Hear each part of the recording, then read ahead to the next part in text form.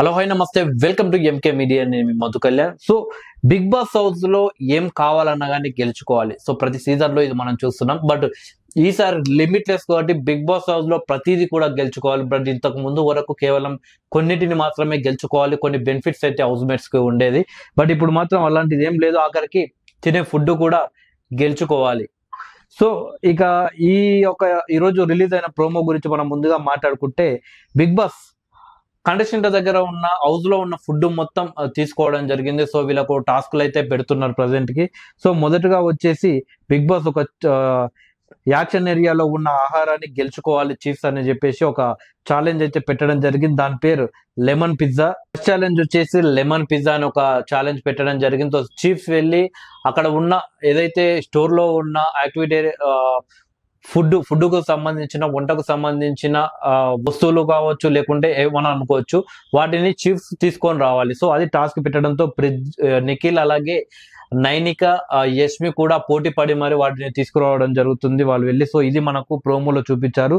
So ఆ తర్వాత వచ్చేసి బయట యాక్టివిటీ ఏరియాలో ఉండి ఒక పజిల్ లాగా ఉంటుంది. దాంట్లో ఉన్న నిమ్మకాయలను బయటికి తీసుకురావాలి. ఒక్కొక్క క్లాన్ సంబంధించిన ఒకరు ఆడుతుంటారు అన్నట్టు ఆ రకంగా ప్రోమోలో మనకు చూపించడం జరిగింది. బట్ ఫస్ట్ ప్రోమోలో వచ్చి పెద్దగా ఫైర్ అనేది ఏం లేదు. ఇక సెకండ్ ప్రోమో విషయంలో మాత్రం మనం మాట్లాడుకోవాలి. చాలా ఫైర్ ఉన్నట్టు తెలుస్తుంది సెకండ్ ప్రోమోను గమనిస్తే. ముందుగా బిగ్ బాస్ ఉండి సరుకులు తెచ్చేది ఎవరు, వెన్ను తిరిగేది ఎవరు, ఆఖరి అవకాశం కంటెస్టెంట్ కి అని చెప్పేసి ఒక పిలుపు అయితే ఇస్తాడు. మణికంఠ, సీత వాళ్ళ క్లాన్ కు ఫుడ్ తేవడం కోసం ఇద్దరు కూడా చాలా పోటీ పడుతుంటారు. సో అంటే బిగ్ బాస్ ఒక అనౌన్స్మెంట్ ఇస్తారు అని చెప్పేసి ఒక 250 గ్రాముల ఇది తీసుకురావాలని చెప్తే దానికి సంబంధించి వీళ్ళు పోటీ పడి లోపలికి వెళ్ళి తీసుకురావాలి. సో అక్కడ ఉన్న సంచాలకు వాటిని కొలుస్తారని చెప్పేసి ఎంత ఉంది ఏంటనేది కరెక్ట్ గా ఉంటే ఓకే, కరెక్ట్ లేకుంటే 0 అని చెప్పేసి. సో సంచాలకుగా వచ్చేసి యష్మి ఉన్నది. సో ఒక రకంగా మణికంఠ, సీత బాగా పోటీ పడి ఆడినట్లయితే ప్రోమోలో తెలుసు, ఒకరినొకరు దొబ్బుకోవడం కావచ్చు. సో సీత కూడా ఒక అబ్బాయి అయినప్పటికీ ఆయనకు బలంగా పోటీ ఇచ్చి ఆయనతో ఫైట్ చేసి టాస్క్ ఛాలెంజ్ లో ముందుకు వెళ్ళడం అనేది నిజంగా హ్యాట్సాప్ అని చెప్పొచ్చు. ఆ రకంగా సీత పోటీ పడ్డది. ఇక మనోడు మణికంఠ అంటే వేరే అబ్బాయి నిఖిల్ కావచ్చు, వేరే ఎవరైనా సరే, పృథ్వీ కావచ్చు, అక్కడ నవీన్ కావచ్చు, శేఖర్ భాష, లేకుండా ఆదిత్య, వీళ్ళెవరు ఆ యొక్క టాస్క్ లో ఛాలెంజ్ లో పోటీ పడ్డారని మనం పెద్దగా మాట్లాడుకోం. ఎందుకంటే బలం పరంగా ఆలోచిస్తే అమ్మాయి కంటే అబ్బాయికే ఎక్కువ ఉంటుంది కాబట్టి.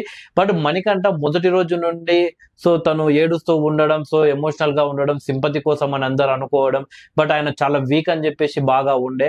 బట్ ఈ ఛాలెంజ్ లో మాత్రం చాలా అద్భుతంగా ఫిజికల్ టాస్క్ కాబట్టి ఆ రకంగా బాగా ఆడిందనే చెప్పవచ్చు మణికంఠ. సో డే 1 నుండి మనం రోజు చూస్తే రోజు రోజుకు ఇంప్రూవ్మెంట్ అయితే మణికంఠలో తప్పకుండా ఉందని చెప్పవచ్చు.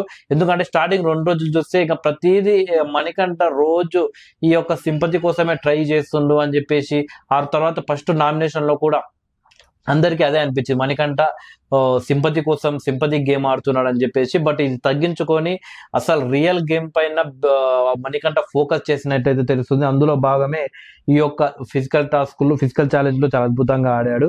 ఇక వీళ్ళిద్దరు కూడా కరెక్ట్ తేనందుకు ఏదో ఒక బిగ్ బాస్ ఏదో ఒక అనౌన్స్మెంట్ ఇస్తే ఆ యొక్క ఐటమ్ తీసుకురావడంలో వీళ్ళిద్దరు కూడా విఫలమయ్యారని చెప్పేసి యష్మి దాన్ని క్యాన్సిల్ చేస్తుంది.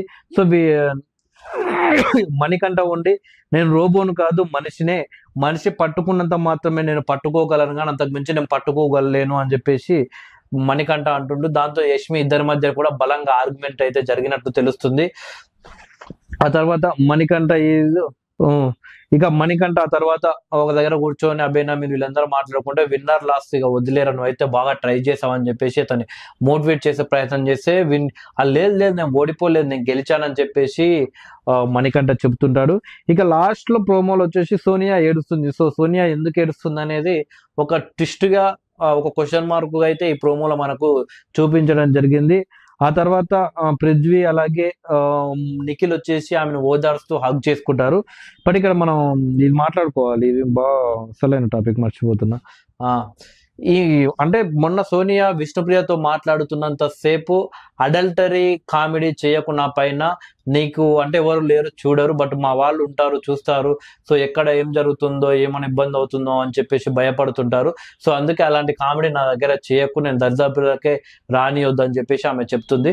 బట్ మరి ఇలాంటి హగ్స్ ఇస్తుంటే హౌస్ లో బయట ఏమనుకుంటారు, మీ వాళ్ళు, మీ ఫ్యామిలీకి సంబంధించిన వాళ్ళు బాధపడరా, ఏడవరా, ఏంది మా అమ్మాయి ఇలా చేస్తుంది, అందరు ఏమనుకుంటారు మా అమ్మాయి గురించి, మా అమ్మాయి చాలా మంచిదని మేము ఇలా చెప్పుకుంటాము, కానీ హౌస్ లో ఏంది, మొన్న ఒక అమ్మాయి ఒక మాట ఇలా నీకు ఆ అబ్బాయికి ఫ్రెండ్షిప్ ఏందని అడిగితేనే పెద్ద ఇంత చేసింది, మా అమ్మాయి మీద మంచి ఒపీనియన్ వచ్చింది అందరి లోపల, కానీ తీరా చూస్తే ఈ రోజు ఇలా చేస్తుంది ఏంది అని చెప్పేసి మీ ఇంట్లో వాళ్ళు బాధపడరా? సో సోనియా ఎందుకు ఇది ఆలోచిస్తలేదు? సో ఒక మీ ఫ్రెండ్షిప్, ఒక అబ్బాయితో ఫ్రెండ్షిప్ గురించి ఒక అమ్మాయి అడిగినప్పుడు మా ఇంట్లో వాళ్ళు బాధపడతారు, మా ఇంట్లో వాళ్ళు ఏమనుకుంటారు అని అంత బాధపడి అంత ఆలోచించిన సోనియా ఒక అబ్బాయిలకు హౌస్ లో అలా హగ్గులు ఇవ్వడం వల్ల సో తన ఇంట్లో వాళ్ళు ఎలా ఫీల్ అవుతారు, ఇంట్లో వాళ్ళు ఎలా బాధపడతారు అని చెప్పేసి సోనియా ఎందుకు ఆలోచిస్తలేదు? సో సోనియా ఎందుకు మర్చిపోయిందా అని చెప్పేసి సోషల్ మీడియాలో అయితే అనుకుంటున్నారు. సో నాకు కూడా అదే అనిపించింది, ఎందుకంటే మొన్న ఆమె మాట్లాడుతుంటే నిజంగా సోనియా గ్రేట్ కదా.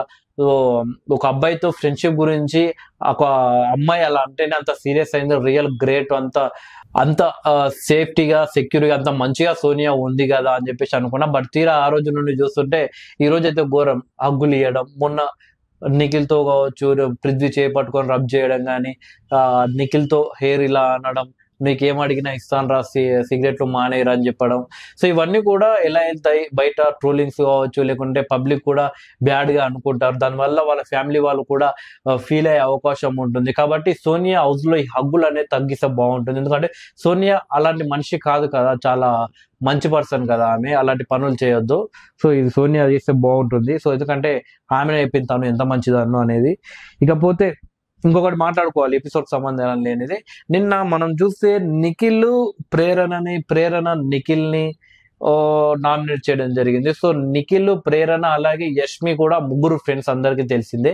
ఇక యష్మి ఉండి నిన్న మన ఒక యష్మికి ఒక మెయిన్ చీఫ్ గా ఒక పవర్ అవడం జరిగింది. సో నామినేషన్ లో ఉన్న వారిని ఒకటి సేవ్ చేసి నామినేషన్ లో లేని వాళ్ళని నామినేషన్ లో పెట్టమని. సో యష్మి వచ్చేసి ప్రేరణను సేవ్ చేసింది. సో ఈ వరస్ట్ డిసిజన్ తీసుకుందని చెప్పవచ్చు యష్మి, ఎందుకంటే సో తను చేసిన ఏదైతే డస్ట్బిన్ లో ఉన్న గ్లాస్ తీసి బయట వేయడం అనేది చాలా మందికి అది నచ్చదు. సో ఆ ప్లేస్ లో యష్మి ఉంటే పెద్ద బీభత్సమైన లొల్లి చేసేది. సో ప్రేరణ ఉన్నా కానీ అలానే చేసేది. సో కామెడీగా చేసిన, ఎలా చేసినా, టాస్క్ లో ఉన్నప్పుడు ఏం చేసినా సీరియస్ అనిపిస్తుంది. బట్ అది ఏదో తప్పు కాదన్నట్టు సో ప్రేరణని సేవ్ చేయడం అనేది అసలు వాళ్ళ ఫ్రెండ్షిప్ కి కావచ్చు, వాళ్ళు కలిసి ఆడుతున్న ఆటకాన్ని ఒక నిదర్శనం అని చెప్పవచ్చు.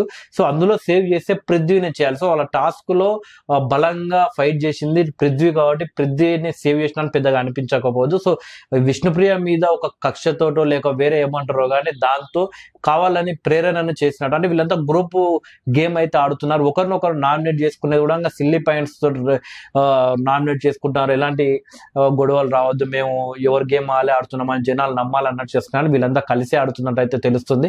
సో నిన్న యష్మి చేసిన డిసిషన్ అయితే వరస్ట్ అని చెప్పవచ్చు. ఇంకొకటి బై లక్కీలో యష్మి చీఫ్ అయిపోయింది, తను ఏదో కష్టపడి ఆడినట్టు అయితే ఫోజులు ఇస్తుంది. సో మొత్తం మీద అయితే ఇలా గ్రూప్ గేమ్స్ ఎవరు ఆడుతున్నారు, కావాలని ఇలా మనుషులను రెచ్చగొట్టి సింపతి గేమ్ ఎవరు ఆడుతున్నారు అనేది తెలుసుకోండి మీరైతే. Thank you.